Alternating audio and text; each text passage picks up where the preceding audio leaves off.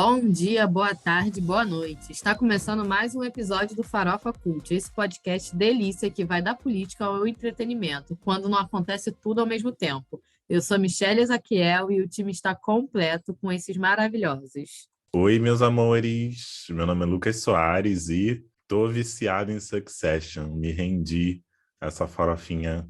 Farofa não, né? Essa série de qualidade gostosa. Bando de gente rica brigando. Oi, gente, tudo bem? Aqui é a Joana. Eu queria parabenizar o meu colega Matheus Vinícius, que apresentou o TCC lindamente, arrasou. É isso, amigo, muito orgulho de você. Uhul! Oi, gente, aqui é Matheus Vinícius. Quero agradecer a Joana ao biscoito dado. São 2 semanas seguidas de biscoito, né, gente? Eu acho que já podemos parar com biscoitos da minha pessoa.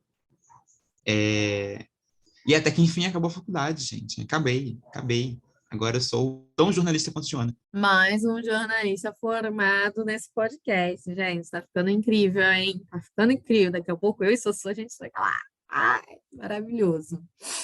Eu sei que você quer ouvir os temas de hoje, mas corre lá no Instagram e vai seguir o perfil do podcast. É o @farofacult.pod. Seguiu? Assim você não perde quando sai um episódio novo. Bora lá. Mais de 30 anos depois do Brasil ficar hipnotizado com os mistérios do Pantanal na antiga TV Manchete, o país volta a se encantar com a mulher que vira onça, o velho do Rio e os conflitos geracionais agora na Rede Globo. E esse remake é só um dos sintomas dessa onda de nostalgia que tem inundado o audiovisual nesses últimos anos. Entre as produções em destaque nesses últimos anos e nos próximos estão produções como Matrix Resurrection, Jumanji, Avatar, os live actions da Disney, Jurassic Park, milhões de spin-offs de Star Wars. A gente veio hoje conversar sobre esse apelo dos remakes, reboots e revivals. E, enfim, amigos, como vocês são afetados por essas produções? Olha, eu acho que eu, por exemplo, sou muito afetado porque é uma coisa que mexe muito com as nossas memórias de infância, né? Então, ou memórias de infância, memórias de uma época em que as coisas pareciam um pouco mais simples. Então, quando você pega, por exemplo, Avatar, né? Que saiu aí, né? O trailer, a gente lembra logo do que foi a primeira versão, né? Do que a gente imaginava, de como a gente estava. Então, acho que quando a gente pega. E acho que a ideia é bem essa, né?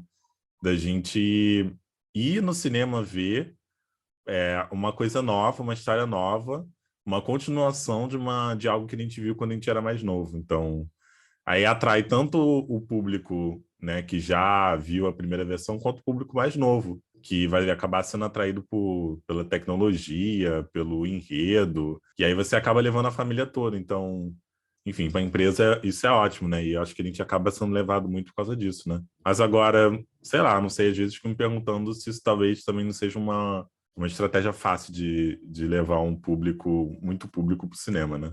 Ainda mais porque, sei lá, né, os últimos meses, anos, é o que a gente mais tem visto. Às vezes me parece um pouco falta de criatividade, mas ao mesmo tempo eu acho também que nós somos muito levados por uma melancolia por conta dos tempos atuais serem tão difíceis assim. Então, é como o próprio Soares falou, ele traz lembranças de épocas boas, né? E normalmente são produções que têm uma carga afetiva muito grande, né, nas pessoas. Então, e uma coisa que é muito interessante é você fazer o resgate dessas produções antigas e adaptá-las aos moldes atuais, né, de como as coisas funcionam hoje em dia. Então, você vê aí uma questão de promoção nas redes sociais. Eu sinto muito isso com a novela Pantanal, né, que é um clássico da TV brasileira. E a Globo tacou marketing. Acho que a Globo promoveu mais Pantanal do que a novela das 8 que estava passando antes. Fez Globo Repórter, fez várias coisas assim especiais com o elenco da original. E não é à toa que a novela tá bombando nas redes sociais, né?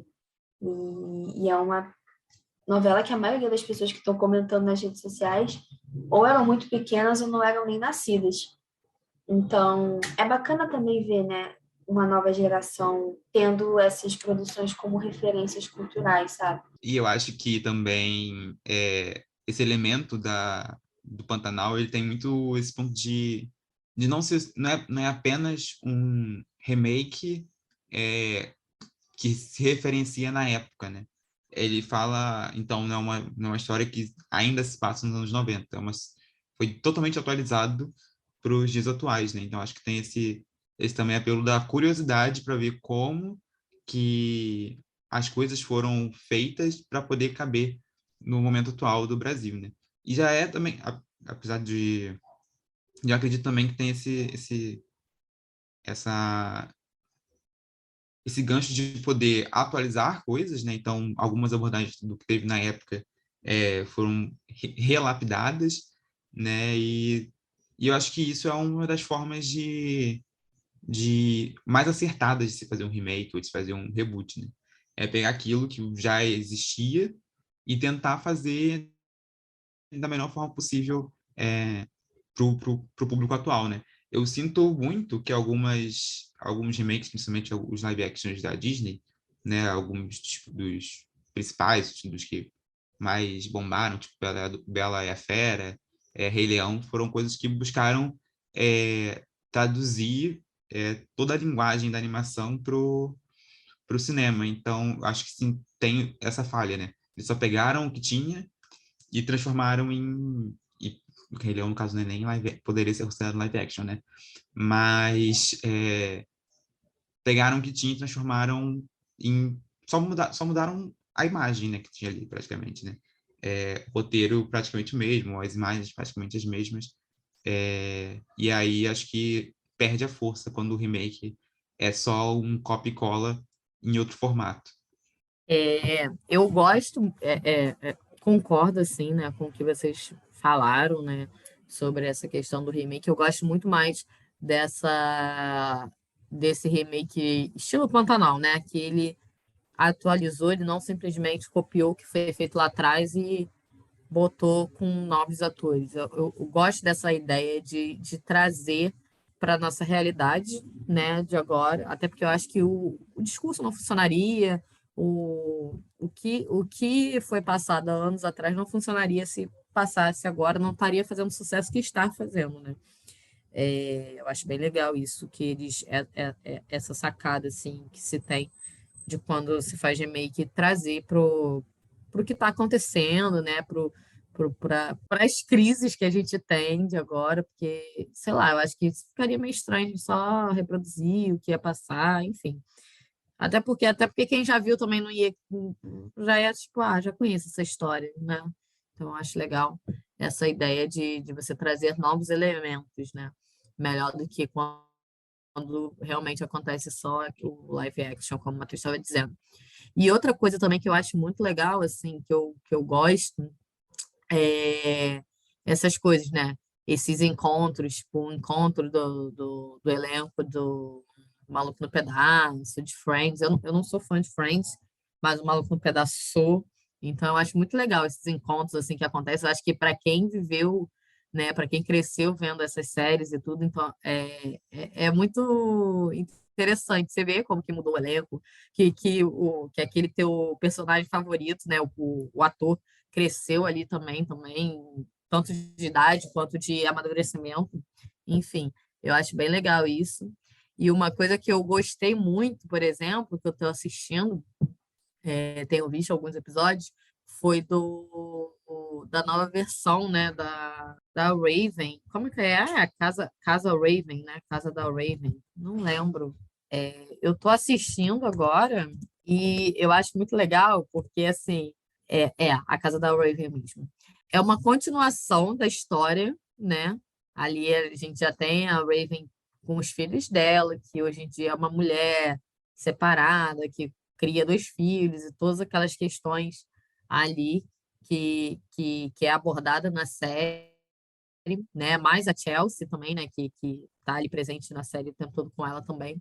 Eu acho muito legal essa sacada que eles tiveram, assim, apesar de não ser inovador, porque o filho da Raven tem, né? Até onde eu sei é só o filho. Ele tem as visões da Raven, tudo, então fica ali naquele mundinho ali de que nem a Raven fazia as atrapalhadas delas por causa da visão, e se ela não fizesse, aquela visão não aconteceria, enfim, é mais ou menos a mesma história, mas eu acho legal ter esse amadurecimento da história, né? Tipo, você vê o teu personagem do passado, que antes era uma estudante de ensino médio, que sonhava em casar com o Devon e tal, que de certa forma ela conseguiu, mas não conseguiu do jeito que ela queria, e aí ela tem os problemas dela com o trabalho e tudo mais.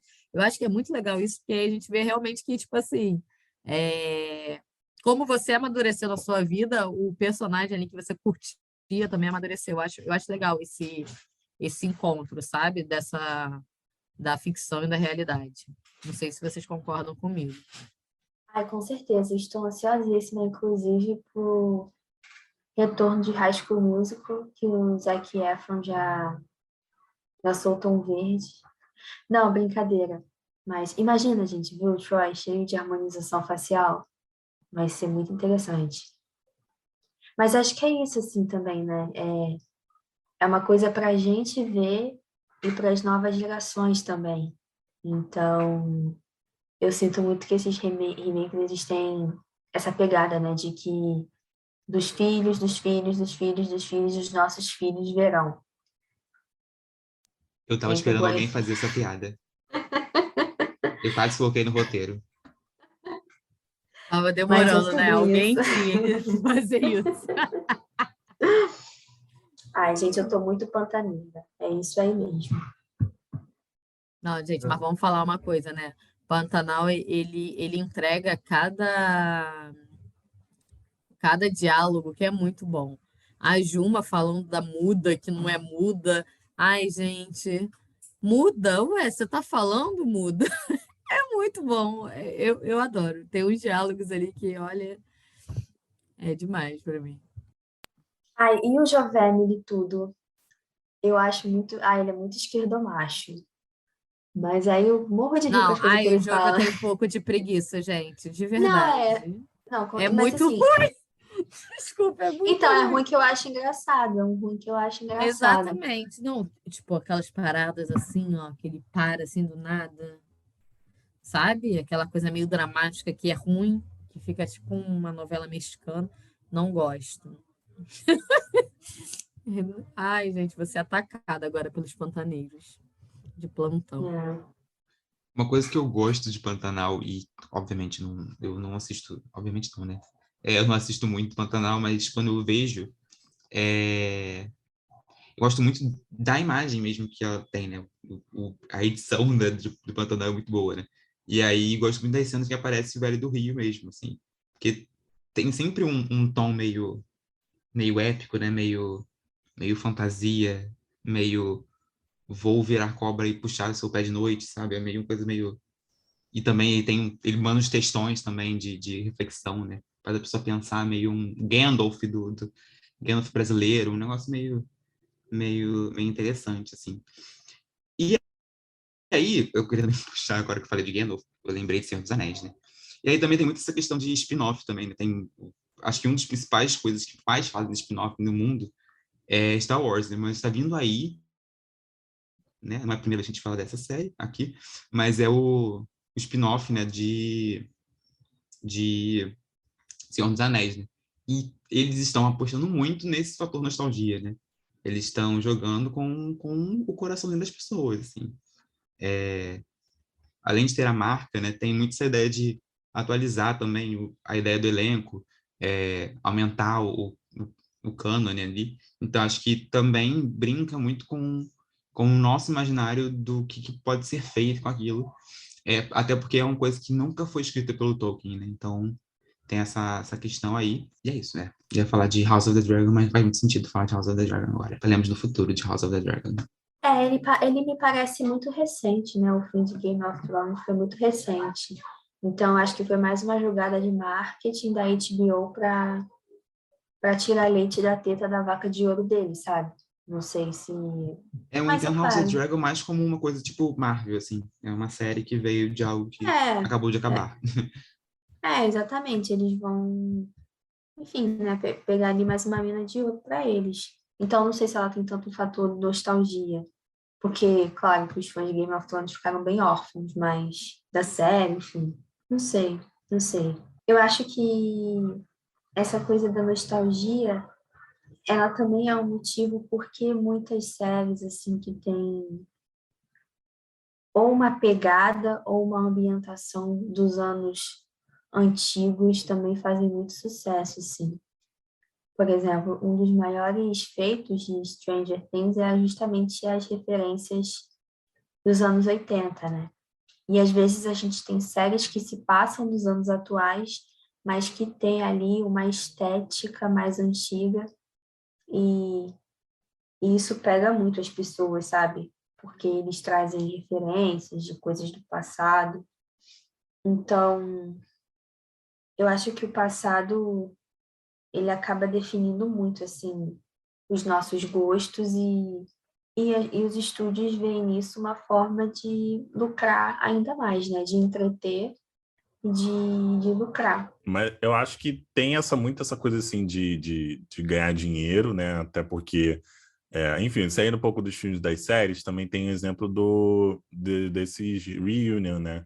De alguns cantores, né? A gente teve do Rouge, a gente ia ter a tour internacional das Pussycat Dolls. Também existe, né? Nessa coisa de música, eu acho que ainda toca ainda mais, né, gente? Eu acho que pelo menos, enfim, se alguma banda que eu gostasse muito interrompesse, depois voltasse, eu não tenho nem nesse caso, né? Acho que o meu caso seria só o Simple Plan, mas o Simple Plan tá inativo até hoje. Interrompendo, a Jojo foi no show da Sandy Júnior. Da Sandy Júnior, ótimo, do Sandy Júnior. É verdade, Joana aí aproveitou na raiz mesmo, foi lá no show e curtiu. Mas em questão de filmes e séries, eu acho que realmente eu vejo mais essa questão do dinheiro, né? É, e você vê que às vezes, assim, essa tendência, às vezes eles estão tão desesperados para tentar fazer alguma coisa do passado que às vezes dá errado até na produção, né? A gente tem que falar aqui no podcast do live action das Meninas Superpoderosas, gente, né? Que deu super errado, deu tão errado que eu não sei em que estágio tá isso. Só sei que saíram aquelas imagens na internet, virou piada. Uma das atrizes saiu, né, e aí, enfim, teriam que refilmar tudo. Então, é isso, né? Às vezes essa busca incessante por tentar pegar uma coisa do passado que já tá tudo pronto para atacar e fazer atrair esse público mais antigo dá errado, né? Então, é isso. Então é isso, né? Eu concordo com o Sossô que realmente tem muita questão do dinheiro envolvido, mas a gente, como fã, a gente gosta de uma nostalgia, então a gente vai acompanhar sim. Inclusive, a gente tem episódios aqui falando sobre o Winx e sobre as meninas superpoderosas também, que o Sossô acabou de citar. Então, se quiser saber um pouquinho mais da nossa opinião sobre essas duas séries, desenhos, é só ouvir lá os episódios passados. Se o senhor fosse um pouquinho mais educado e menos mimado, o senhor teria respeito pelo que eu estou falando. Eu não estou acima da justiça. Se eu não acreditasse na justiça, eu não tinha feito partido político. Eu tinha proposto uma revolução nesse país. Que Deus tenha misericórdia dessa nação. Vamos falar de cancelamento? Logo após o lançamento da pré-candidatura do ex-presidente Lula, a drag queen Rita Von Hunt, conhecida pelo seu posicionamento político à esquerda, falou que não pretende votar no 13 nesse primeiro turno. Apesar do discurso emocionar muito o público, Rita trouxe alguns pontos que saltaram aos seus olhos por ficarem ausentes do anúncio. Rita Von Hunt sentiu falta, por exemplo, de um destaque para uma solução à reforma trabalhista e para futuras estatizações. Como a internet não tem um dia de paz, a esquerda, em apoio ao Lula, caiu em peso na drag queen. Outros a defenderam integralmente, mas houve aqueles que defenderam com ressalvas. Agora é a hora da gente conversar sobre essa situação. Quem vai puxar o assunto? Eu acho que é uma situação que ela deve ser analisada de ambos os lados. Inclusive, eu fico muito dividida, assim, né? E eu nem sei se a gente realmente precisa tomar partido de alguma coisa, porque são dois argumentos muito consistentes. Eu acho que ela tem o direito de fazer as ressalvas dela, mas, ao mesmo tempo, é uma situação muito desesperadora essa que a gente está vivendo de Bolsonaro, né? Será que vale a pena a gente votar pelo coração no primeiro turno ou a gente ir no desespero? Não sei, assim, tipo, eu consigo entender ambos os lados desse debate, assim. Mas me preocupa um pouco esse silenciamento dela com relação a meio que ela ser criticada por falar o que ela acredita, né? Então, se você conferir o story dela falando sobre esse tema, é bem coerente, sabe? Inclusive, eu acho que é muito coerente até com o que ela defende como influenciadora digital, sabe? Mas, porque a crítica dela era justamente o fato do Lula estar se alinhando com políticos de centro-direita, né? PSDB, Alckmin e tal. Então, eu acho que o posicionamento dela é coerente com o que ela é, mas ao mesmo tempo é uma situação muito, muito delicada essa que a gente está vivendo, né? Assim, falando minha opinião, entender o que ela está expondo, entendo, né? Realmente, em tese, né? Ali, o primeiro turno, né? Para você realmente votar no que você acredita e tal. Só que é isso, cara, a gente está vivendo uma situação desesperadora. Eu estou desesperada. Então, pensar que o Bolsonaro pode ter a chance de ganhar em primeiro turno se a gente começar a dissipar os votos me causa esse terror pensar que o Bolsonaro pode se reeleger por conta disso, entende? Então, eu acho muito perigoso agora a gente vir com esse discurso, porque assim, a gente está vivendo um momento atípico e num momento que é decisivo, né? Então, se a gente der uma brecha aí para ele se eleger, ele vai se eleger, galera. Ele vai se reeleger, de verdade. Eu tenho muito medo, assim, dessa... De pensar assim, já venceu, sabe? Já é certo que vai ter o segundo turno e já é certo que o Lula ganhe. Não vamos pensar assim, porque dá merda, como deu, como já deu, né, em 2018. Concordo. E ela levantou uns nomes, assim, bem aleatórios, né? Então, tipo, amada, você meio que vai jogar seu voto fora, né? Porque essa galera aí, acho que não. Mas eu acho que é uma galera também que ela curte, dos amigos dela, enfim, não sei. Mas é muito isso que a Michelle falou. Eu não acho que esse é um tempo de não questionar, mas eu acho que é um tempo, sim, da gente ir com o que a gente tem mais garantido. Então, eu não tenho essa eleição como garantida, assim, tipo, fulano vai vencer Bolsonaro. Eu fico muito com medo ainda. Acho que o bolsonarismo é forte. A gente vive muito nessa bolha progressista, mas eu acho que a gente vai tomar muito susto até outubro.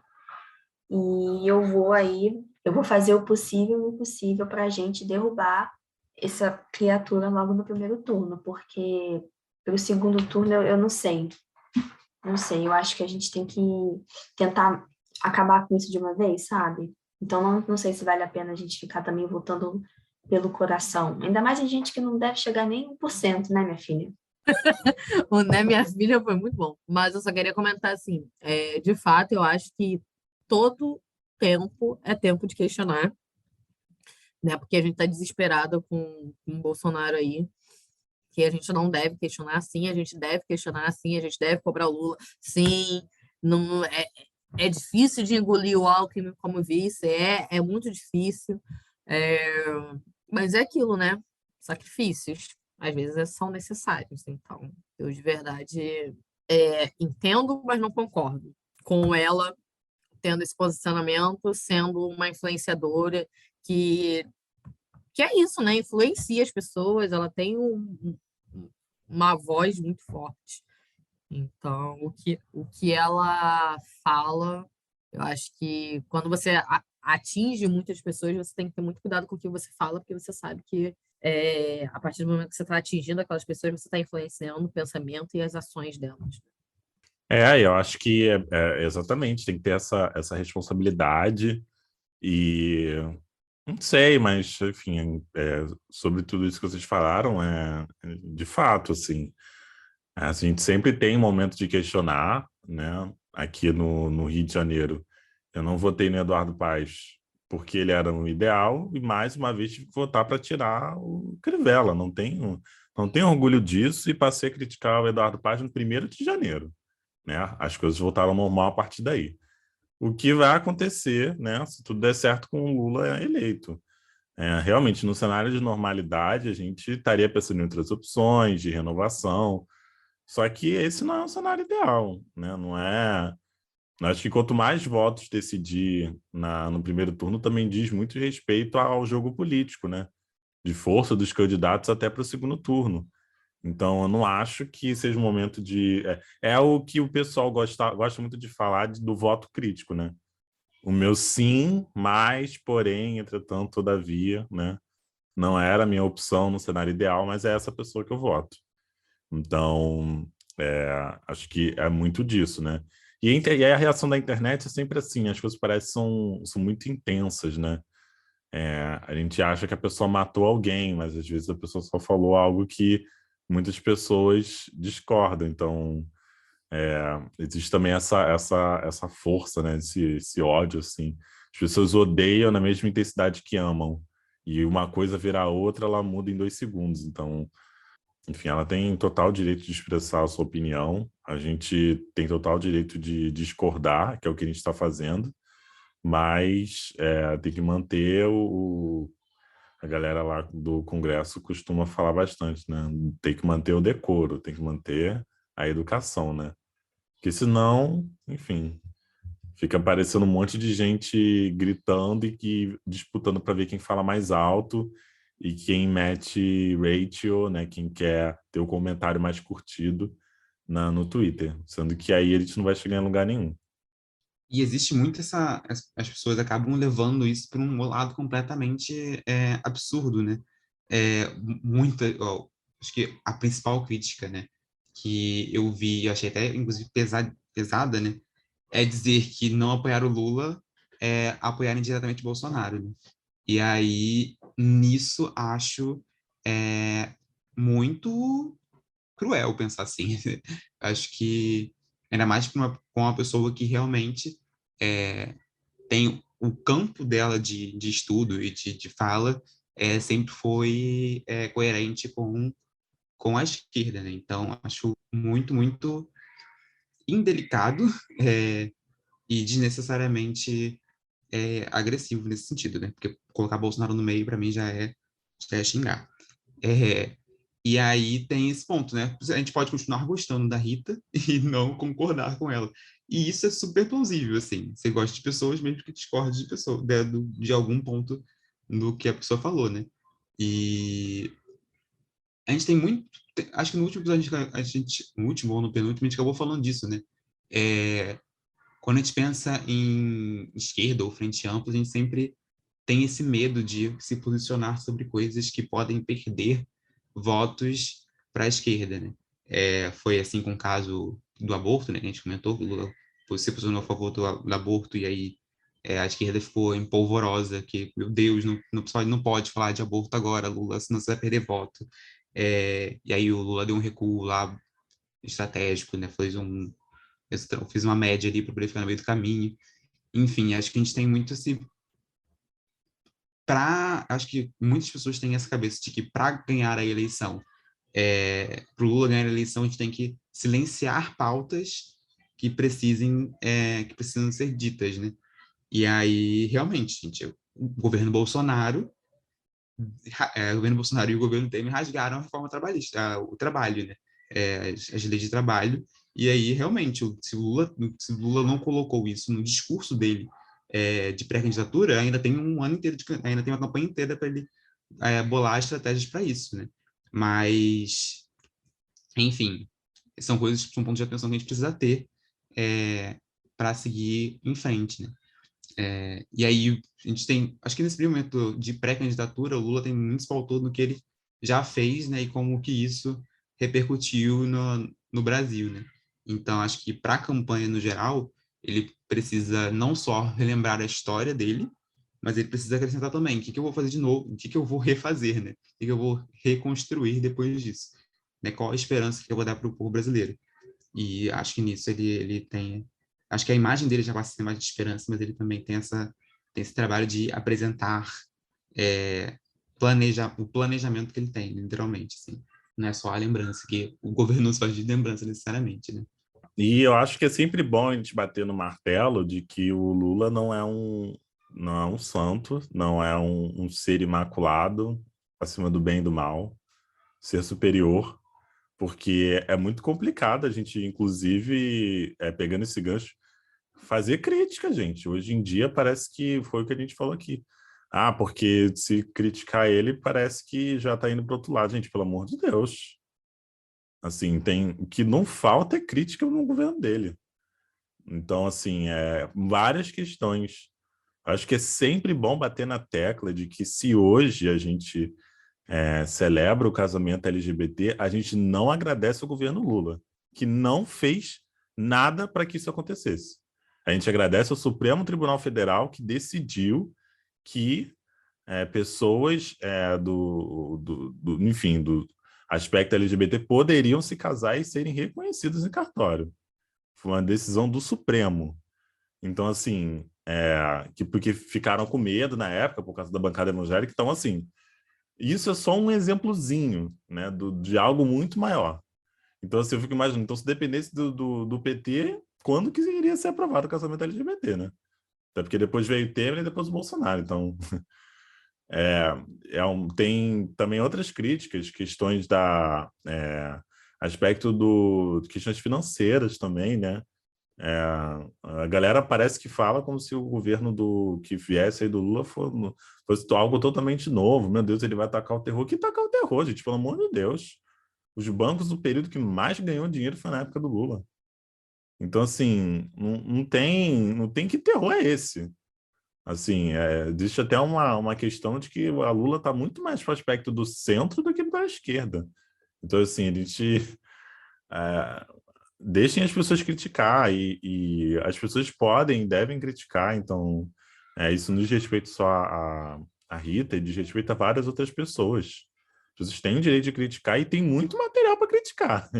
Eu gosto só de deixar isso bem claro. E tem essa questão, né? O Lula, o pessoal fala muito de empresário, tem muito medo do Lula, mas os empresários foram os que mais se beneficiaram também do governo Lula, né? Então, enfim, né? As pessoas têm que ter esse pé no chão, assim, de ver que não é a esquerda que a gente quer agora, mas não é a esquerda que a Rita diz revolucionária, assim, né? É a esquerda que a gente já conhece. Gente, mas para você governar no Brasil, você tem que se aliar às elites. O Brasil é um país construído nas bases da elite. Então, Eu acho que assim, para governar não no tem. geral, né, amiga? Acho que é para Não, governar no geral. Infelizmente é não assim. tem, não tem. Assim, Política é suja. exatamente. Eu acho que essa coisa progressista é muito utópica, é muito utópica. O que a gente pode querer é um governo com justiça social, né, políticas públicas, mas a gente vai continuar sendo uma sociedade com as elites, porque são elas que meio que sustentam o país, né? E aí eu estou colocando aspas. Isso desde, sei lá, desde 1500, do Império, da Primeira República, dos coronéis, enfim. São as elites que dominam o Brasil e dominam a política, né? Uma coisa que eu queria ressaltar que o Lucas falou é sobre essa coisa de endeusar, né? Colocar ali a pessoa, santificar aquela pessoa, a imagem dessa pessoa, que é muito que eu vejo acontecendo com o Lula, né? Assim, de fato, o Lula tem os seus defeitos, claro, teve seus acertos, ajudou em muitas questões de educação, principalmente, né? A gente, é, a gente sabe muito bem os feitos que ele fez, mas a gente, como o Sossô falou, também teve muitos erros, muitas faltas, né? Que faltou fazer também. Enfim, nada é perfeito e a gente tem que manter essa consciência, né? Porque eu acho que a partir do momento que se endeusa muito qualquer tipo de figura é muito perigoso, né? A gente percebeu que essa coisa de vir como salvador da pátria colocou o Bolsonaro onde ele está, assim, desculpa, eu rodo, eu rodo, eu rodo, eu rodo, e a gente sempre para no mesmo ponto, né? O Bolsonaro, querendo ou não, ele veio no momento que a população estava desacreditada com a política, estava desacreditada com os preços, com as coisas subindo e tudo, e aí, né, quem tinha uma mente ali, né, eu vou te dizer aqui que é influenciável, porque, assim, por mais que a situação não estivesse boa, não, para mim não justifica ter votado no Bolsonaro, né? Mas é isso, criar essa figura santificada em volta de alguém é muito perigoso, né? Então, eu acho que, assim, no geral, a gente tem que tomar muito cuidado para não santificar também o Lula, porque, sim, ele tem os seus defeitos, ele tem os seus erros, tem os seus acertos também, e é isso. E é o que a Joana falou sobre os empresários, ele vai se aliar, sim, como ele sempre se aliou, para poder governar e, e minimamente conseguir fazer ali algumas políticas que, como o Sussu falou, no geral são muito mais de centro ali do que de esquerda propriamente dita, né? Até porque eu acho muito difícil no Brasil de 2022 ou o Brasil do passado conseguir de fato ter políticas públicas de esquerda. DJ para o som, DJ para o som. Alô, alô, alô, vocês sabem quem sou eu? Vamos fazendo. Chama que eu vou. Amigos, vocês já ouviram falar da incrível vilã de novela Markelly? Não? Isso é porque você ainda não deve ter encontrado no Kawaii para ver que esse formato de mini novela está bombando. A criadora de conteúdo Markelly aposta na vilania, na dramaticidade e na lição de moral para contar suas histórias e emocionar o público. Como o Kawaii atinge pessoas mais velhas e um público mais descentralizado, fora das metrópoles, existe uma galera que não consegue entender o apelo desse tipo de conteúdo. Então, só nos resta conversar sobre esse e outros tipos de conteúdos que a gente não entende, mas que conquistaram um número alto de seguidores pelas redes sociais, como o Kawaii. Gente, eu adoro esses videozinhos, eu acho eles super divertidos, engraçados, toscos, porém muito criativos, e eu acho que isso já vale a pena, sabe? Então, toda a minha admiração para Markelly.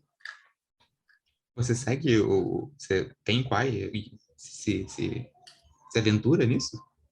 Tenho não, mas às vezes bomba no Twitter, aí eu vejo alguns shots e tal. Ah, tem de outras pessoas também, assim. Tipo, é porque eles criam, às vezes, tem uns que eles criam situações meio cômicas para dar lição de moral também. Esses são os mais legais, assim. Tem o do assalto, tem o do cara que a mulher maltrata, e aí depois ela descobre que ele que doou o rim para ela. Assim, são umas coisas muito bizarras, mas tem uns plot twists, assim, sério, dignos de roteiro de cinema. Então, acho que é uma galera aí que tem muito potencial. Eu não tô sendo debochada, de verdade. Gente, e o que eu acho mais engraçado é, tipo, como atinge diferente, né?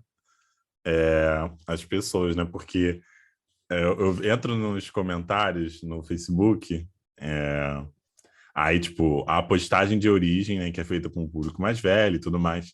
Aí, pessoal, nossa, realmente ela foi traíra, realmente ela recebeu a punição que deveria ser, tá vendo como é que a vida é? Essa é uma lição de vida, se emocionando, os comentários tudo amando. Aí o público mais